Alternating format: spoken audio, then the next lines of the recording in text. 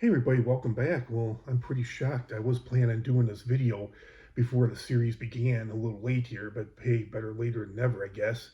But I wanted the Knicks to win from the get-go, and I'm happy for them. I'm shocked, like in a good way. They won 13 in a row, swept they were down 2-1 the Atlanta Hawks in the first round. I was just surprised they won the next three games of that series to win that series, and swept the 76ers in four, swept the Cavaliers in four. Now they won the first two games on the road against San Antonio. I'm just really shocked, but in a good way. I'm going for them. I'm vouching for them.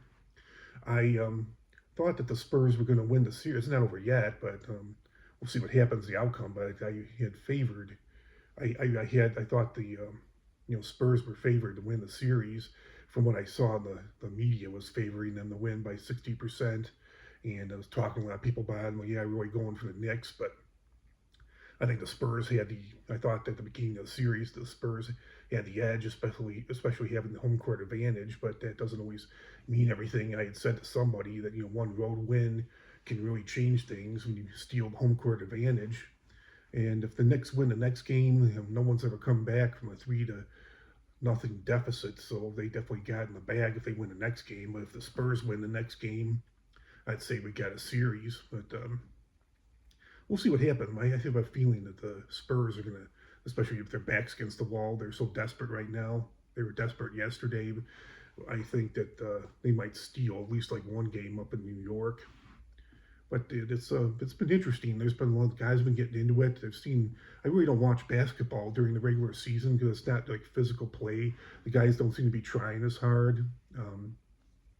When the playoffs start, all the good teams are clashing. They all want to win.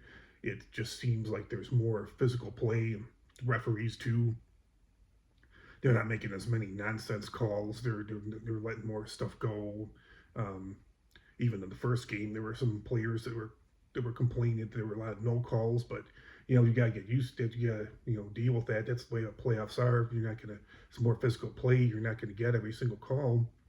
But yeah, it was really interesting. The first game, the Spurs were up by, what was it, like 14, 15, and they were up with quite a bit. And the third quarter, I think I had dozed off. I was tired that day, but I had fallen asleep for quite a while. And all of a sudden I woke up, I think the fourth quarter, and I was like, holy shit, the Knicks were up by 6. Like, what the heck happened? And I was awake for the whole game yesterday. I was pretty energized since it was Friday.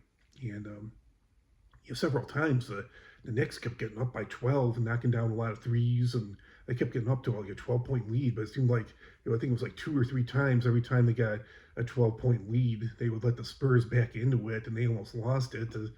I thought that Wembanyama was going to hit that game-winning shot, but just barely missed. It wasn't a bad, I mean, a miss is a miss regardless, but it wasn't really a bad miss, just hit the back of the iron. So, yeah, that's my take on that.